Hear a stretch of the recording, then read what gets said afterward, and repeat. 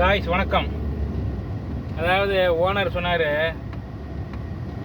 எண்ணெய் தேங்காய் ஆட்டிட்டு வானார், தேங்காய் கொடுத்து எண்ணெய் புளிஞ்சிட்டு வானார். நான் எண்ணெய் புளிய போகிறேன். ஆனால் எண்ணெய் புளியறவங்க காசு வாங்க மாட்டாங்களாம், சும்மா புளிஞ்சு கொடுப்பாங்களாம்.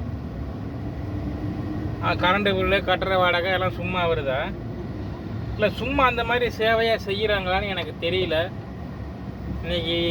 இன்னைக்கு திராவிட மாடலில் உள்ள இபி பில்லுக்கு எப்படி அவங்க சும்மா ஓட்டி கொடுக்கறதுக்கு என்ன பண்ணுறாங்க, என்ன அப்படி ஒரு சாஸ்திர சம்பிரதாயம் இருக்காங்கிறது எனக்கு தெரியாது.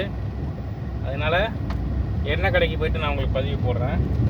நான் பாரதி வரி விடை பார்ட் 1, இது பார்ட் 2, பார்ட் 3, பார்ட் 4 வரலையும் வரும். அந்த எண்ணெய் எப்படி ஆட்டுறாங்க, எப்படி காசு வாங்காமல் சும்மா விடுறாரா என்னங்கிறத அடுத்தடுத்த எபிசோடில் உங்களுக்கு நான் தெரியப்படுத்துகிறேன்.